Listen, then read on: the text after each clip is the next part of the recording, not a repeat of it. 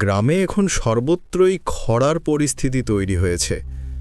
মনে হয় আর বেশি দিন এই গ্রামে থাকা ঠিক হবে না। কাজের সন্ধানে গ্রাম ছেড়ে বাইরে যেতেই হবে।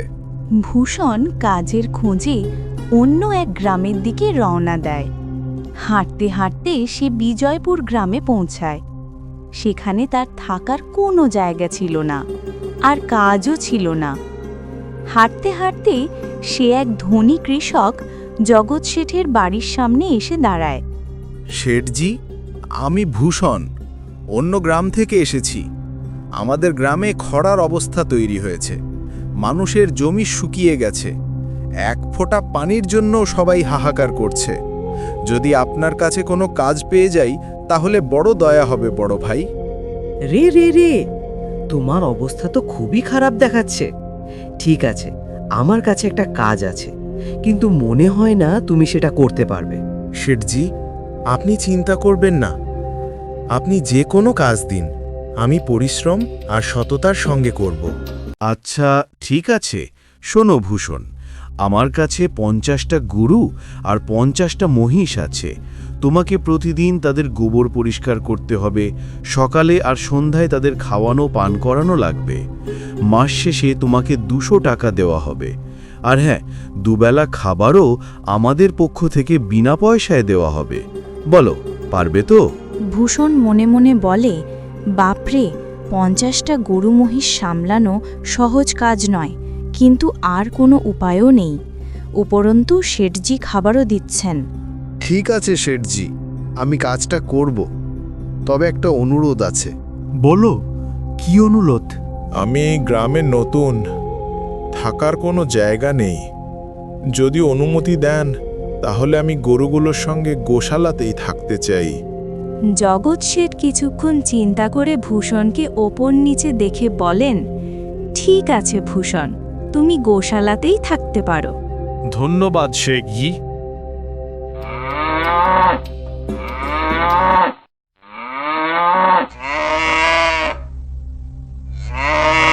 সেদিন থেকেই ভূষণ গোশালায় থেকে কাজ শুরু করে।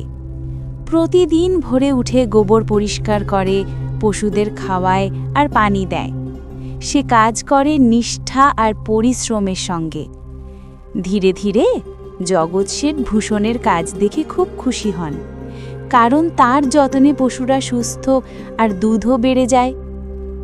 একদিন শেঠ ভূষণকে ডেকে বলেন, ভূষণ, তোমার কাজ আমার খুব ভালো লাগছে। গরুগুলোর যত্নে দুধের মানও ভালো হয়েছে, তাই আজ থেকে তোমার বেতন 400 টাকা করলাম। আপনার অনেক ধন্যবাদ শেঠজি। এভাবেই কিছুদিন কেটে যায়।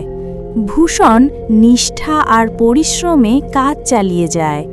কিছুদিনে তার কিছু টাকা জমে, আর সে একটি ছোট কুঁড়ে ঘর বানিয়ে ফেলে। এই গোশালায় ঘুমিয়ে তো নাকে এখনো গোবরের গন্ধ লাগে। এখন অন্তত নিজের ঘরে শান্তিতে ঘুমোতে পারবো। এরপর থেকে ভূষণ শেঠের কাছে কাজ করে, 2 বেলা খেয়ে রাতে নিজের ঘরে ফিরে যায়। কয়েক বছর কেটে যায়।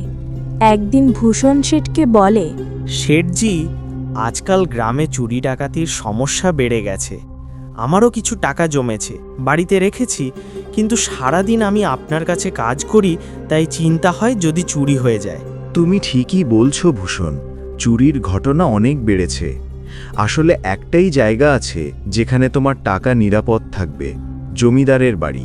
জমিদারের বাড়ি? হ্যাঁ, এই গ্রামের জমিদার খুব সৎ আর দয়ালু মানুষ। শুনেছি তার বাড়িতে অনেক প্রহরীও আছে। সেখানে চুরির সম্ভাবনা একদমই কম। তুমি চাইলে টাকা ওখানে রাখতে পারো। ঠিক আছে শেঠজি, আজই আমি জমিদারজির সঙ্গে কথা বলবো। সেদিন ভূষণ জমিদারের বাড়ি যায়। দরজায় প্রহরী তাকে থামায়। কি ব্যাপার? কথা নেই, বার্তা নেই, কোথায় যাচ্ছ? আমি জমিদার সাহেবের সাথে একটা গুরুত্বপূর্ণ বিষয় নিয়ে কথা বলতে এসেছি। কি ব্যাপার নিয়ে কথা বলবে? ওনার কাছে কিছু টাকা জমা রাখার ব্যাপারে কথা বলবো। আচ্ছা ঠিক আছে, যাও ভিতরে। নমস্তে জমিদারজি, আমি ভূষণ। জগৎ শেঠের এখানে কাজ করি। কয়েক বছর আগে অন্য গ্রাম থেকে এসেছিলাম। বলো কি কাজ?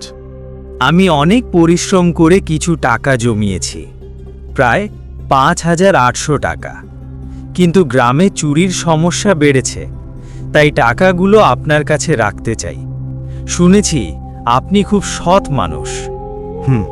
ঠিকই শুনেছ। তোমার টাকা আমার কাছে একদম নিরাপদ থাকবে। এই নিন 5,800 টাকা, গুনে নিন। গোনার দরকার নেই, তুমি তো জগৎ শেঠের লোক, তোমার উপর আমার পূর্ণ বিশ্বাস আছে। ধন্যবাদ জমিদারজি, এখন আমি নিশ্চিন্ত। জমিদার হেসে বলে, ভূষণ, তোমার টাকা আমার হাতেই ভালো লাগে।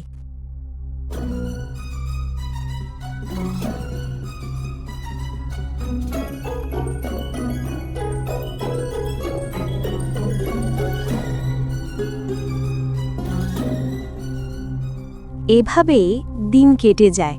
2 বছর পরে ভূষণ ভাবে, এখন কিছু জমি কিনে নিজেই চাষবাস শুরু করব। জগৎ শেঠের এখানে অনেক বছর কাজ করেছি, এখন জমিদারের কাছে রাখা টাকাও ফেরত আনতে হবে।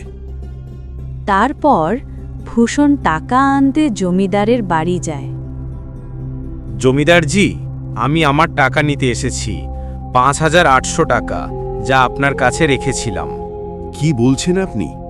আমি তো চিনতে পারছি না, কে আপনি? আমি ভূষণ, গত বছর আমি আপনাকে টাকা দিয়েছিলাম, মনে নেই? আমার কাছে প্রতিদিন বহু লোক আসে, টাকা রাখে, কিন্তু আমি সবার সঙ্গে কাগজে লিখিত চুক্তি করি। আপনার কি কোনো কাগজ আছে? না জমিদারজি, আমি তো আপনার সততায় ভরসা করে দিয়েছিলাম। তুমি আমাকে মিথ্যেবাদী বলছো? আমাকে ঠকাতে চাও? আজকে তো তোকে মেরেই ফেলবো। আমার হাত থেকে আজ তো রক্ষা নেই। জমিদার ভূষণকে ইচ্ছে মতো পেটায়, যতক্ষণ না সে অজ্ঞান হয়ে যায়। আহত ভূষণ কষ্টে বাড়ি ফিরে যায়। 2 দিন সে কাজে যেতে পারে না। 3য় দিন জগৎ শেঠ নিজেই তার খোঁজে আসে। ভূষণ ভাই, 2 দিন কাজ করতে আসনি, কি হয়েছে? ভূষণ কাঁদতে কাঁদতে সব ঘটনা বলে, শেঠজি, আমার তো সব শেষ হয়ে গেল। বাপরে, আমি তো ভাবিনি জমিদার এত নিচে নামবে। ক্ষমা করো, আমিই তোমাকে ওর কাছে যেতে বলেছিলাম। না শেঠজি, আপনার কোনো দোষ নেই, দোষ তো সেই লোভীর। এখন আমার টাকা আর ফেরত পাওয়া যাবে না। একটা উপায় আছে ভূষণ, আমি তোমার টাকা ফেরত আনবো। পরদিন জগৎ শেঠ একটি সুটকেস ভর্তি টাকা নিয়ে জমিদারের বাড়ি যায়।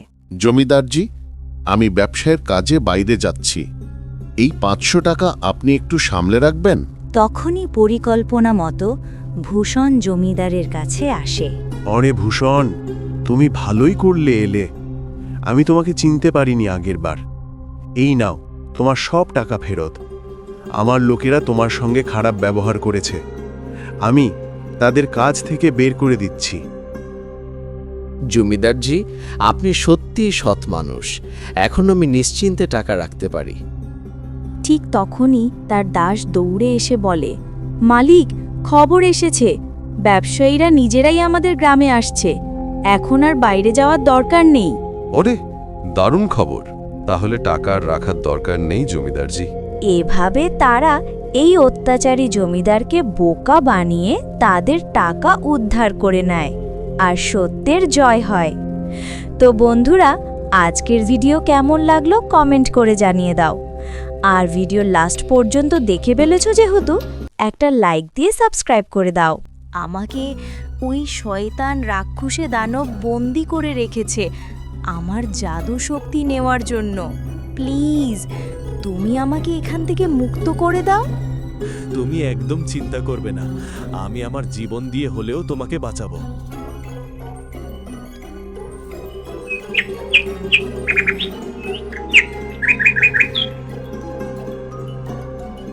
অনেক অনেক বছর আগে এক জাদুপূর্ণ রাজ্যে এক সাধারণ শিকারী বাস করত। তার নাম ছিল রাহুল। রাহুল সকালে উঠে তীর ধনুক নিয়ে জঙ্গলের দিকে হাঁটতে শুরু করে।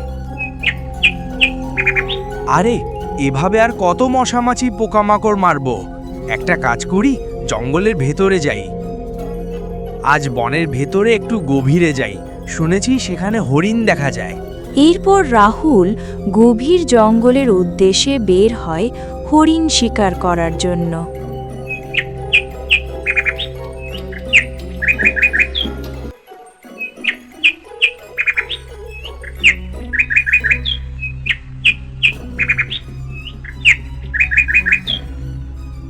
হঠাৎ করে রাহুলের কানে একটি শব্দ বেজে ওঠে।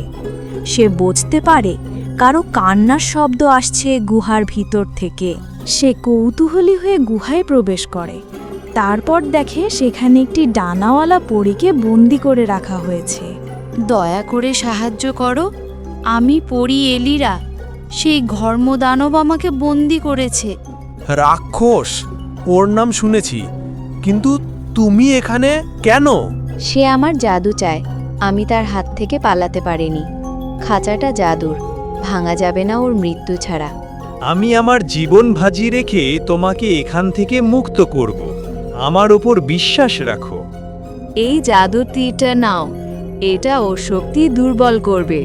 কিন্তু সাবধান, 3টে গুহা পেরোতে হবে। এরপর সে ডাইনির কাছে পৌঁছানোর জন্য সকল বাধাগুলো পার হওয়ার প্রস্তুতি নেয়। তার প্রথম বাধা ছিল পাথরের সাপ। এখান দিয়ে নিঃশব্দে যেতে, একটুও শব্দ করলে সাপগুলো জীবিত হয়ে যাবে। তারপর তার সামনে পড়ে যায় একটি পেতনি। এই ছোকরা, কিরে এখানে কি?